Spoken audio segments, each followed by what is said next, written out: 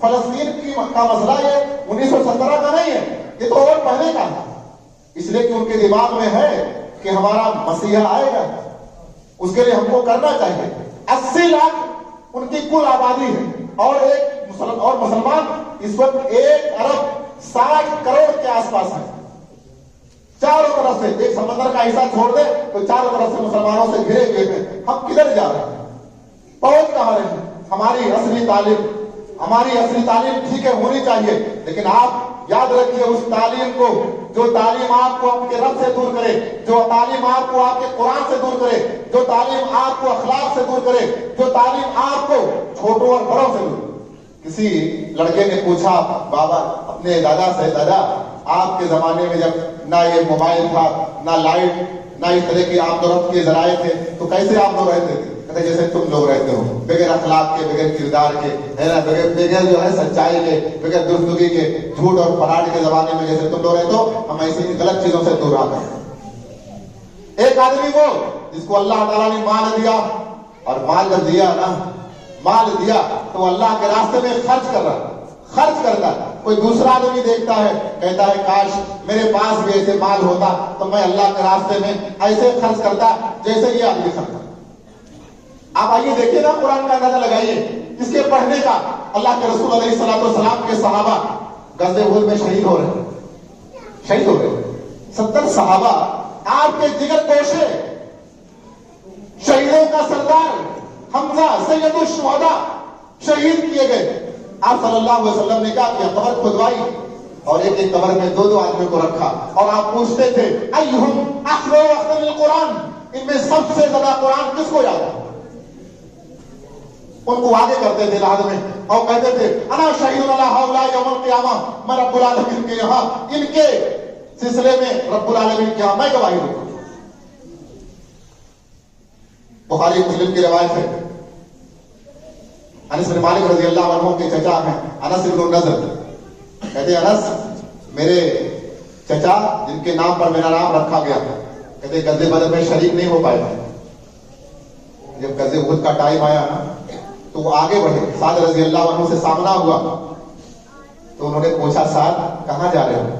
قبل اس کے سعد جواب دیتے، انہوں نے کہا انس بن نضر نے کہ مجھے احد پہاڑی کی طرف سے جنت کی خوشبو محسوس ہو رہی ہے، جنت کی خوشبو محسوس ہو رہی ہے۔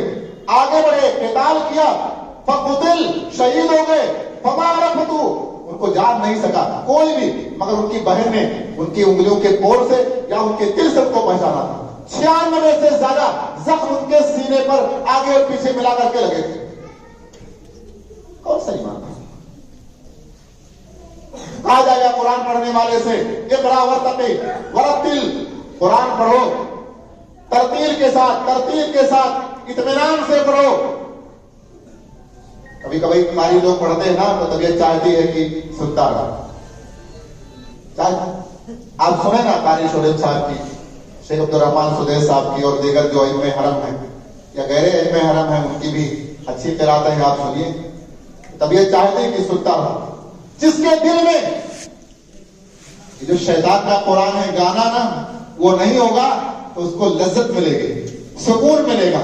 ایک آیتیں سن کر کے، ایک آیت سن کر کے کھڑے رہے، غور کرتے رہے، ایسے بھی واقعات ہیں، اور صحیح ہے کہ ایک آیت پڑھتے رہے اور پڑھتے رہے، ان کا اثر اتنا ہوا کہ وہ گرے شہید ہو گئے۔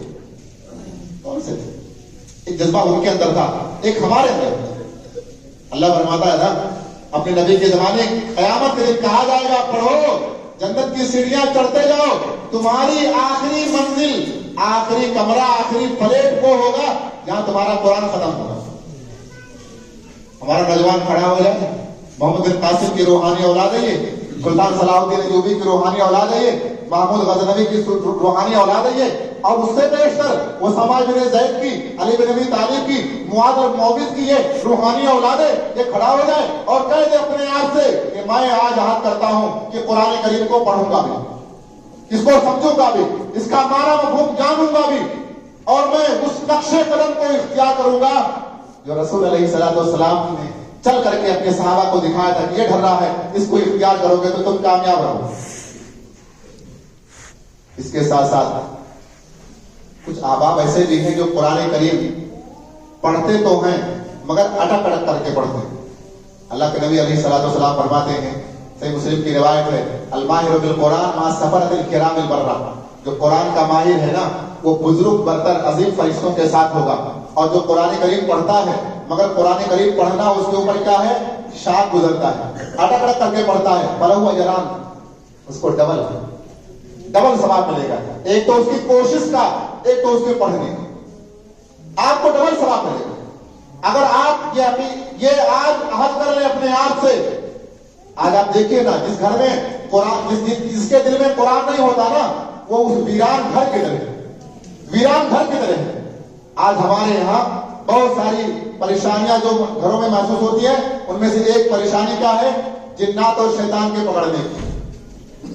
آپ نے اپنے گھروں میں جب گانا داخل کر دیا, قرآن کو دور کر دیا. غیر مسلم کہتے تھے کہ مسلمانوں کے گھروں سے فجر کی نماز کے بعد قرآن کریم کے پڑھنے کی آواز آ رہی تھی. اگر آپ کے گھر میں نہیں آ رہی ہے تو آپ غیر مسلموں کو کیا جواب دیں گے؟ جو غیر مسلم مکہ کے زمانے میں عزت معاب, رسالت معاب علیہ الصلوۃ والسلام کے دین کو نہیں مانتے تھے, مگر روپیہ لا کر کے آپ کے پاس رکھتے تھے, جانتے تھے کہ یہاں گڑبڑی نہیں ہوگی. آپ بھی آج دیکھیے نا, مسجدوں کے باہر بہت سارے غیر مسلم گلاس میں کھڑے رہتے ہیں کہ نماز پڑھ کے جب نکلے گا نا تو دعا کرے گا. یہ قرآن کریم کی برکت ہے جو ان سے بھی اپنی برکت منوا رہی ہے. یہ قرآن اللہ کا کلام منوا رہا ہے جو اس کو نہیں مانتے. اس لیے ایمان آپ قرآن پر لائیے, اس کا پہلا حق ہے. آپ قرآن کریم کو سیکھیے, اس کی تلاوت کیجیے, اس کی حفاظت کیجیے, اس کو جو ہے آپ اطمینان سے پڑھیے, اس کی دعوت و تبلیغ کیجیے, اس کو اپنے اوپر نافذ کیجیے اور اس کی طرف لوگوں کو بلائیے. ساتھ ساتھ قرآن کریم کی طرف سے دفاع کیجیے. آج ماں باپ کو شکایت ہے, ایک روایت پیش کر کے بات ختم کرنا چاہوں گا, آپ کا ٹائم پورا ہو گیا ہے. آج ماں باپ کو شکایت ہے, بہت سارے ماں باپ کو, کہ مول صاحب میرا جو بچہ ہے نا وہ قرآن پڑھتا نہیں, میرا بچہ نماز نہیں پڑھتا. پرانے زمانے میں, نبی کے زمانے میں شکایت ہوتی تھی ماں باپ کو کہ اللہ کے رسول میرے بیٹے کو سمجھائیے, یہ میرا بیٹا قرآن نہیں پڑھ رہا, میرا بیٹا نماز نہیں پڑھتا رہتا ہے. بخاری کی روایت ہے, عبداللہ بن عمرو بن عاص رضی اللہ عنہ دن بھر نفلی روزہ رکھتے تھے, رات بھر تہجد کی نماز پڑھتے تھے. ان کی شادی ہو گئی, قریش خاندان کی بیوی سے شادی ہوئی. اللہ کے نبی علیہ الصلوۃ والسلام کے صحابی عمرو بن عاص رضی اللہ عنہ نے اپنے بیٹے کو سمجھایا کہ بیٹا دیکھ تیری بیوی ہے, اس پر بھی توجہ دے. آج ہمارے یہاں شادی ہو جائے تو نماز روزہ سب صاف ہے, بیوی ہے تو شادی ہو گئی توجہ نہیں دے رہے. نماز ظاہر ہے کہ رات میں تہجد کی نماز پڑھیں گے, دن بھر روزہ رکھیں گے تو بیوی کے پاس کب جائیں گے؟ شکایت کر دی اللہ کے نبی علیہ الصلوۃ والسلام نے, اللہ کے رسول سے شکایت کی. بیٹے کے باپ عمرو بن عاص نے میرے بیٹے کو منع کیجئے, یہ رات بھر تہجد کی نماز پڑھتا ہے, دن بھر نفلی روزہ رکھتا ہے, کوئی چھوڑتا نہیں. اللہ کے رسول نے ان سے کہا عبداللہ مہینے میں ایک مرتبہ قرآن ختم کرو. انہوں نے کہا میرے پاس اور طاقت ہے. کہا 21 دن میں, کہا اور طاقت ہے. کہا 15 دن میں, کہا اور طاقت ہے. کہا 10 دن میں, کہا اور طاقت ہے. کہا 7 دن میں, کہا اور طاقت ہے. کہا 3 دن میں, کہا میرے پاس اور طاقت ہے. آپ نے کہا جس نے 3 دن سے پہلے قرآن ختم کیا اس نے قرآن کو سمجھا نہیں, اور آپ نے فرمایا ان لدیک علی کا حق. عبداللہ یاد رکھو تمہاری نگاہ کا تمہارے اوپر حق ہے, تمہاری بیوی کا تمہارے اوپر حق ہے, تمہارے ملنے جلنے والوں کا تمہارے اوپر حق ہے, تمہارے جسم کا تمہارے اوپر حق ہے. ہر حق والے کو اس کا حق ادا کیجیے. اس لیے ہمارے اوپر قرآن کے یہ حقوق ہیں.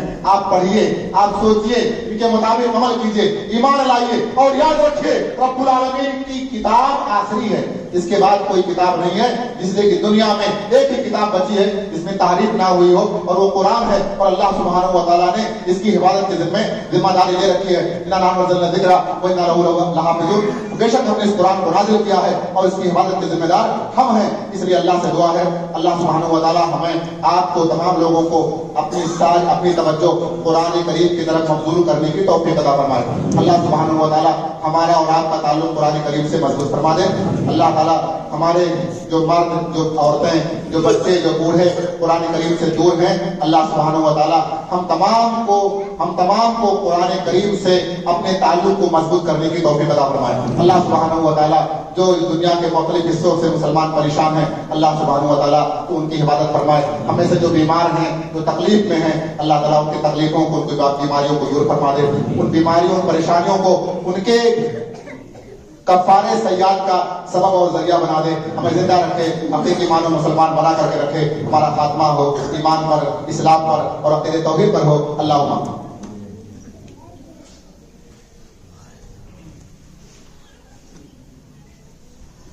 إن الحمد لله نحمده ونستعينه ونستغفره ونعوذ بالله من شرور أنفسنا ومن سيئات أعمالنا من يهده الله فلا مضل له ومن يضلل فلا هادي له وأشهد أن لا إله إلا الله وحده لا شريك له وأشهد أن محمدا عبده ورسوله عباد الله رحمكم الله إن الله يأمر بالعدل والإحسان وإيتاء ذي القربى وينهى عن الفحشاء والمنكر والبغي يعظكم لعلكم تذكرون واذكروا الله وادعوه يستجب لكم ولذكر الله أكبر والله يعلم ما تصنعون